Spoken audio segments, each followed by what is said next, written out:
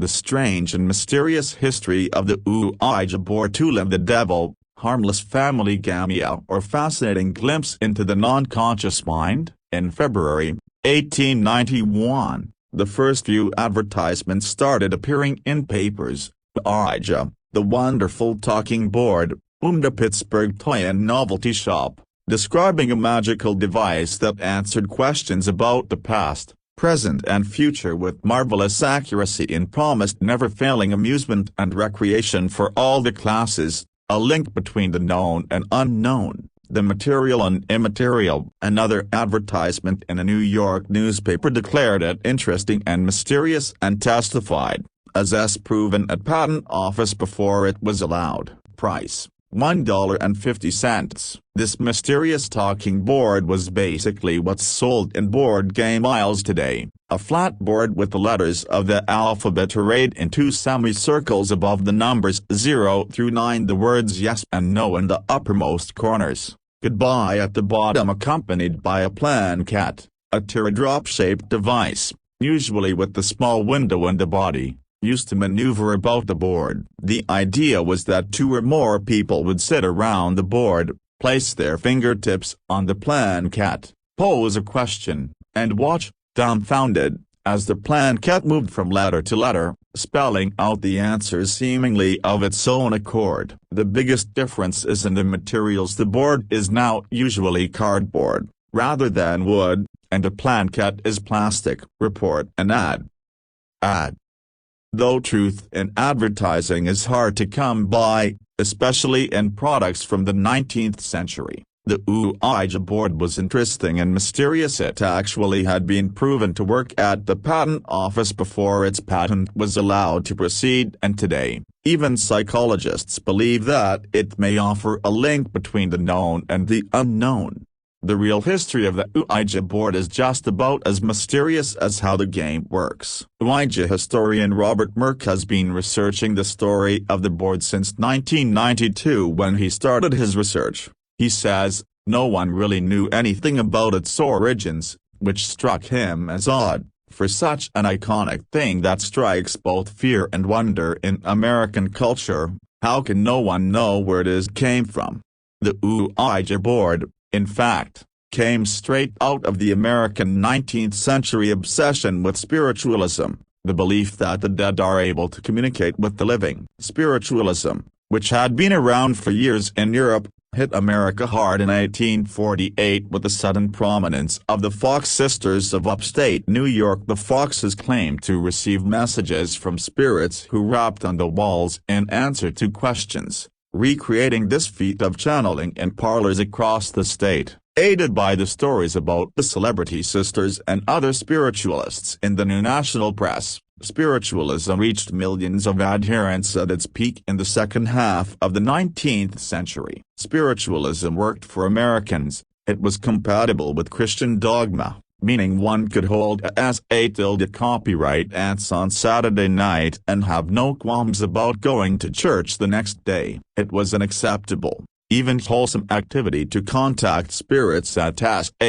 copyright asses, through automatic writing, or table-turning parties, in which participants would place their hands on a small table and watch it begin shake and rattle, while they all declared that they weren't moving it. The movement also offered solace in an era when the average lifespan was less than 50, women died in childbirth, children died of disease, and men died in war. Even Mary Todd Lincoln, wife of the venerable president, conducted copyright dances in the White House after their 11-year-old son died of a fever in 1862 during the Civil War. Spiritualism gained adherents in droves, people desperate to connect with loved ones who'd gone away to war and never come home. Communicating with the dead was common. It wasn't seen as bizarre or weird, explains Merck. It's hard to imagine that now. We look at that and think, why are you opening the gates of hell? But opening the gates of hell wasn't on anyone's mind when they started the Kennard Novelty Company, the first producers of the Ouija board. In fact, they were mostly looking to open Americans' wallets. As spiritualism had grown in American culture, so too did frustration with how long it took to get any meaningful message out of the spirits, says Brandon Hodge, spiritualism historian. Calling out the alphabet and waiting for a knock at the right letter, for example, was deeply boring. After all, rapid communication with breathing humans at far distances was a possibility. The telegraph had been around for decades. Why shouldn't spirits be as easy to reach? People were desperate for methods of communication that would be quicker, and while several entrepreneurs realized that, it was the Kennard Novelty Company that really nailed it. In 1886, the fledgling Associated Press reported on a new phenomenon taking over the spiritualists' camps in Ohio, the talking board. It was, for all intents and purposes, a Ouija board, with letters, numbers and a plaquette-like device to point to them. The article went far and wide, but it was Charles Kennard of Baltimore, Maryland who acted on it. In 1890, he pulled together a group of 4 other investors, including Elijah Bond, a local attorney, and Cole Washington Bowie, a surveyor, to start the Kennard Novelty Company to exclusively make and market these new talking boards. None of the men were spiritualists, really, but they were all of them keen businessmen, and they'd identified a niche. But they didn't have the Ouija board yet. The Kennard talking board lacked a name. Contrary to popular belief, Ouija is not a combination of the French for yes, we, and the German ja. Merck says, based on his research, it was Bond's sister-in-law, Helen Peters, who was, Bond said, a strong medium, who supplied the now instantly recognizable handle. Sitting around the table, they asked the board what they should call it. The name Ouija came through, and, when they asked what that meant, the board replied, "Good luck." Eerie and cryptic, but for the fact that Peters acknowledged that she was wearing a locket bearing the picture of a woman, the name Ouija above her head. That's the story that emerged from the Ouija founders' letters. It's very possible that the woman in the locket was famous author and popular women's rights activist Ida, whom Peters admired, and that Ouija was just a misreading of that. According to Merck's interviews with the descendants of the Ouija founders and the original Ouija patent file itself, which he's seen, the story of the board's patent request was true, knowing that if they couldn't prove that the board worked, they wouldn't get their patent. Bond brought the indispensable Peters to the patent office in Washington with him when he filed his application. There, the chief patent officer demanded a demonstration of if the board could accurately spell out his name, which was supposed to be unknown to Bond and Peters. He'd allow the patent application to proceed. They all sat down, communed with the spirits, and the plaquette faithfully spelled out the patent officer's name. Whether or not it was mystical spirits or the fact that Bond, as a patent attorney, may have just known the man's name, well, that's unclear, Merck says. But on February 10, 1891, a white-faced and visibly shaken patent officer awarded Bond a patent for his new toy or game. The first patent offers no explanation as to how the device works,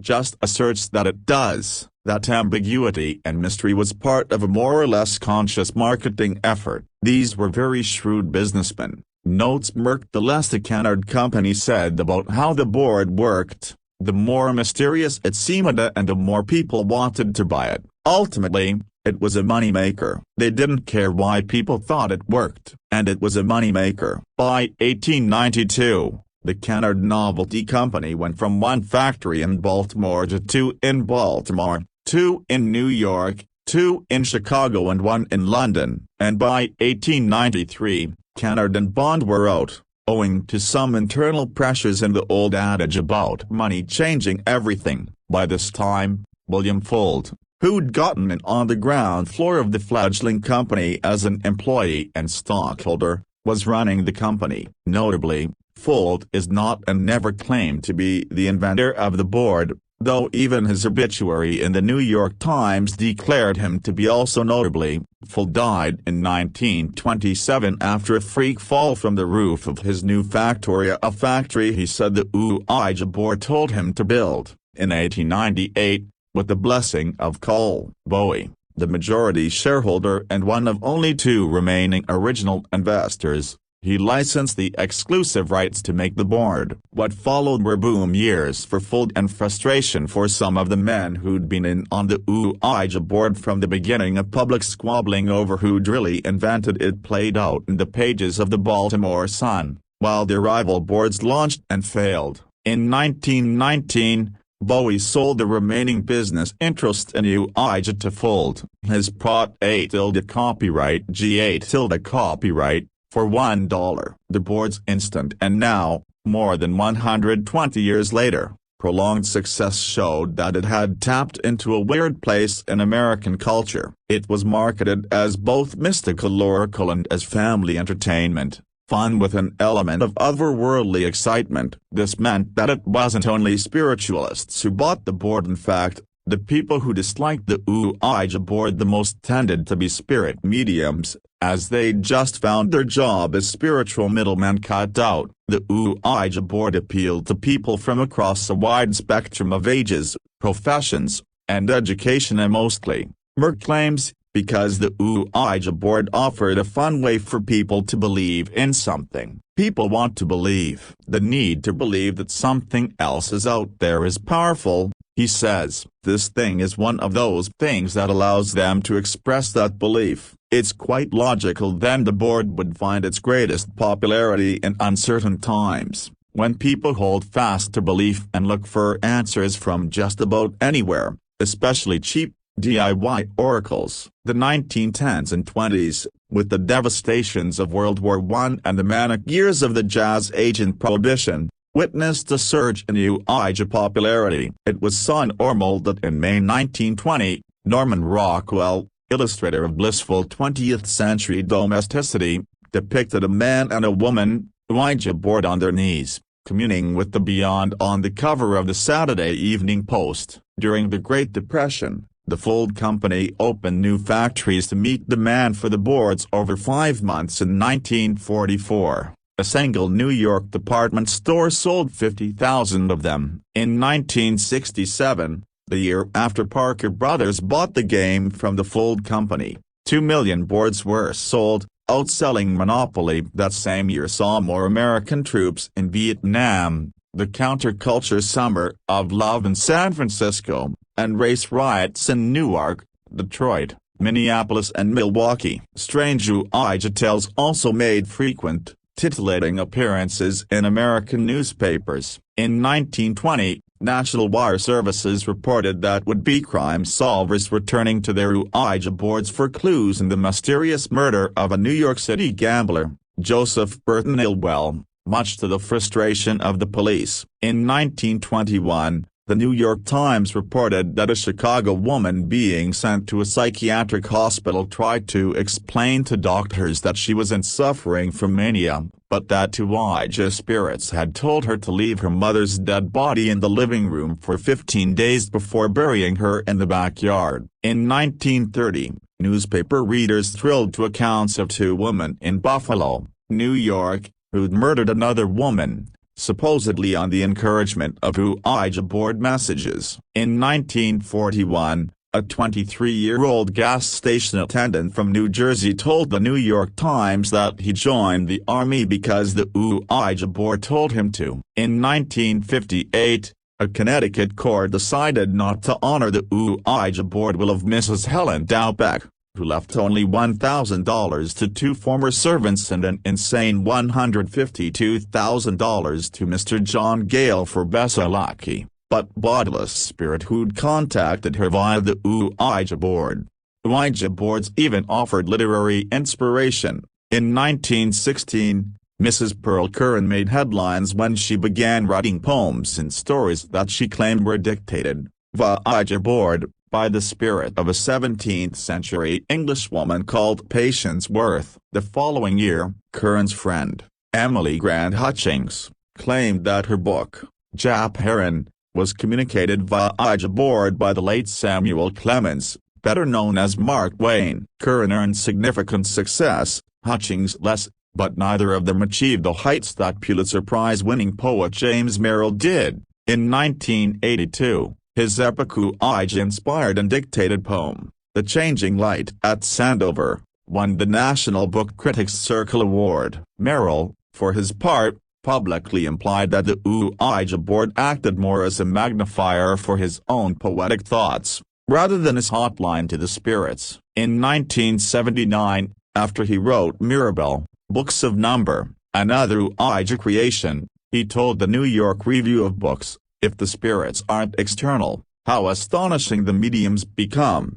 Ouija existed on the periphery of American culture, perennially popular, mysterious, interesting and usually, barring the few cases of supposed Ouija-inspired murders, non-threatening. That is, until 1973. In that year, The Exorcist scared the pants off people in theaters, with all that pea soup and head spinning and supposedly based on a true story business and the implication that 12-year-old Regan was possessed by a demon after playing with the Ouija board by herself changed how people saw the board. It's kind of like Psycho and no one was afraid of showers until that scene in A Broken Bar. It's a clear line, says Merck, explaining that before The Exorcist, film and TV depictions of the Ouija board were usually jokey, hokey, and silly. I Love Lucy, for example, featured a 1951 episode in which Lucy and Ethel host as a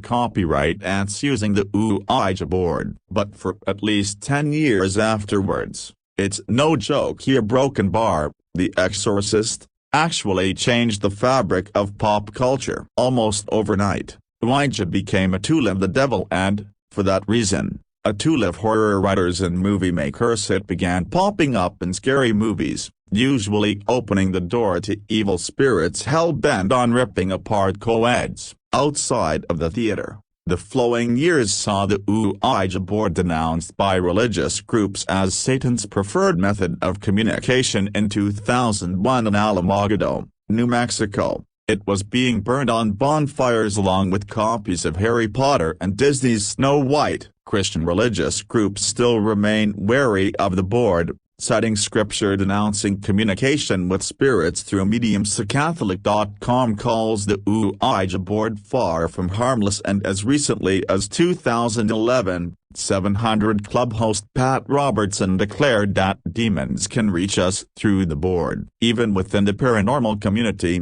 Ouija boards enjoyed a dodgy reputation. Merck says that when he first began speaking at paranormal conventions, he was told to leave his antique boards at home because they scared people too much. Parker Brothers and later, Hasbro, after they acquired Parker Brothers in 1991, still sold hundreds of thousands of them, but the reasons why people were buying them had changed significantly. Ouija boards were spooky rather than spiritual, with a distinct free zone of danger. In recent years, Ouija is popular yet again, driven in part by economic uncertainty and the board's usefulness as a plot device. The hugely popular Paranormal Activity 1 and 2 both featured a Ouija board. It's popped up in episodes of Breaking Bad, Castle, Rizzoli Isles, and multiple paranormal reality TV programs. Hot Topic, mall favorite of gothy teens, sells a set of Ouija board bra and underwear, and for those wishing to commune with the beyond while on the go, there's an app, or 20, for that. This year, Hasbro released a more mystical version of the game, replacing its sold glow-in-the-dark version for purists. Hasbro also licensed the rights to make a classic version to another company. In 2012, rumors that Universal was in talks to make a film based on the game abounded, although Hasbro refused to comment on that or anything else for this story. But the real question, the one everyone wants to know, is how do Ouija boards work? Ouija boards are not, scientists say, powered by spirits or even demons. Disappointing but also potentially useful because they're powered by us, even when we protest that we're not doing it. We swear. Ouija boards work on a principle known to those studying the mind for more than 160 years, the ideometer effect. In 1852, physician and physiologist William Benjamin Carpenter published the report for the Royal Institution of Great Britain, examining these automatic muscular movements that take place without the conscious will or volition of the individual. Think crying in reaction to a sad film, for example. Almost immediately, other researchers saw applications of the ideometer effect in the popular spiritualist pastimes. In 1853, chemist and physicist Michael Faraday, intrigued by table turning, conducted a series of experiments that proved to him, though not to most spiritualists, that the table's motion was due to the ideomotor actions of the participants. The effect is very convincing, as Dr. Chris French, professor of psychology and anomalistic psychology at Goldsmiths, University of London, explains. It can generate the very strong impression that the movement is being caused by some outside agency, but it's not. Other devices, such as dowsing rods, or more recently, the fake bomb detection kits that deceived scores of international governments and armed services, work on the same principle of non-conscious movement. The thing about all these mechanisms we're talking about, dowsing rods, Ouija boards, pendulums, these small tables, they're all devices whereby quite a small muscular movement can cause quite a large effect. He says plancats, in particular, are well suited for their task. Many used to be constructed of a lightweight wooden board and fitted with small casters to help them move more smoothly and freely. Now, they're usually plastic and have felt feet, which also help it slide over the board easily. And with Ouija boards you've got the whole social context. It's usually a group of people, and everyone has a slight influence. French notes, with Ouija, not only does the individual give up some conscious control to participate as so it can't be me, people think, but also, in a group, no one person can take credit for the plancat's movements, making it seem like the answers must be coming from an otherworldly source. Moreover, in most situations, there is an expectation or suggestion that the board is somehow mystical or magical. Once the idea has been implanted there, there's almost a readiness to happen. But if Ouija boards can't give us answers from beyond the veil, what can they tell us? Quite a lot, actually. Researchers at the University of British Columbia's Visual Cognition Lab think the board may be a good way to examine how the mind processes information on various levels. The idea that the mind has multiple levels of information processing is by no means a new one, although exactly what to call those levels remains up for debate. Conscious, unconscious, subconscious, preconscious, zombie mind are all terms that have been or are currently used, and all have their supporters and detractors. For the purposes of this discussion, we'll refer to conscious as those thoughts you're basically aware that you're having. I'm reading this fascinating article, and non-conscious as the automatic pilot type thoughts, blink, blink. 2 years ago, Dr. Ron Rensink, professor of psychology and computer science, psychology postdoctoral researcher H8 copyright L8 diaresis Nigaku, and Dr. Sidney Fells, professor of electrical and computer engineering, began looking at exactly what happens when people sit down to use a Ouija board. Fells says that they got the idea after he hosted a Halloween party with a fortune-telling theme and found himself explaining to several foreign students, who had never really seen it before, how the Ouija works.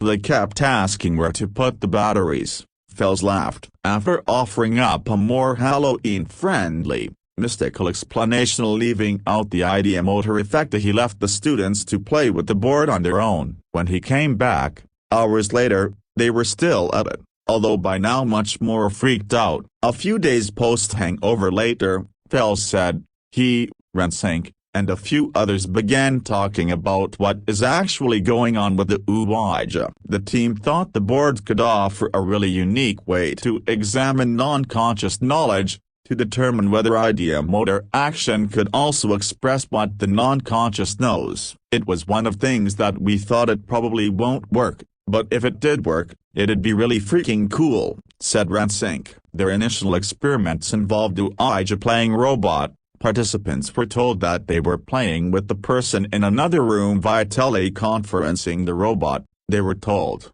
mimicked the movements of the other person. In actuality, the robot's movements simply amplified the participants' motions, and the person in the other room was just a ruse, a way to get the participant to think they weren't in control. Participants were asked a series of yes or no, fact-based questions. Is Buenos Aires the capital of Brazil? Were the 2000 Olympic Games held in Sydney? And expected to use the Ouija board to answer. What the team found surprised them. When participants were asked, verbally, to guess the answers to the best of their ability, they were right only around 50% of the time, a typical result for guessing. But when they answered using the board, believing that the answers were coming from someplace else, they answered correctly upwards of 65% of the time. It was so dramatic how much better they did on these questions than if they answered to the best of their ability that we were like, this is just weird, how could they be that much better? We're called Fells. It was so dramatic we couldn't believe it. The implication was, Fells explained, that one's non-conscious was a lot smarter than anyone knew. The robot, unfortunately, proved too delicate for further experiments, but the researchers were sufficiently intrigued to pursue further Ouija research. They designed another experiment. This time, rather than a robot, the participant actually played with a real human. At some point, the participant was blindfolded and the other player, really a Confederate, quietly took their hands off the planchette. This meant that the participant believed he or she wasn't alone, enabling the kind of automatic pilot state the researchers were looking for, but still ensuring that the answers could only come from the participant. It worked. Rensink says, some people were complaining about how the other person was moving the planchette around. That was a good sign that we really got his kind of condition, that people were convinced that somebody else was there. The results replicated the findings of the experiment with the robot, that people knew more when they didn't think they were controlling the answers. 50% accuracy for vocal responses to 65% for Ouija responses. They reported their findings in February 2012 issue of Consciousness and Cognition. You do much better with the Ouija on questions that you really don't think you know, but actually something inside you does know, and the Ouija can help you answer above chance, says Fells.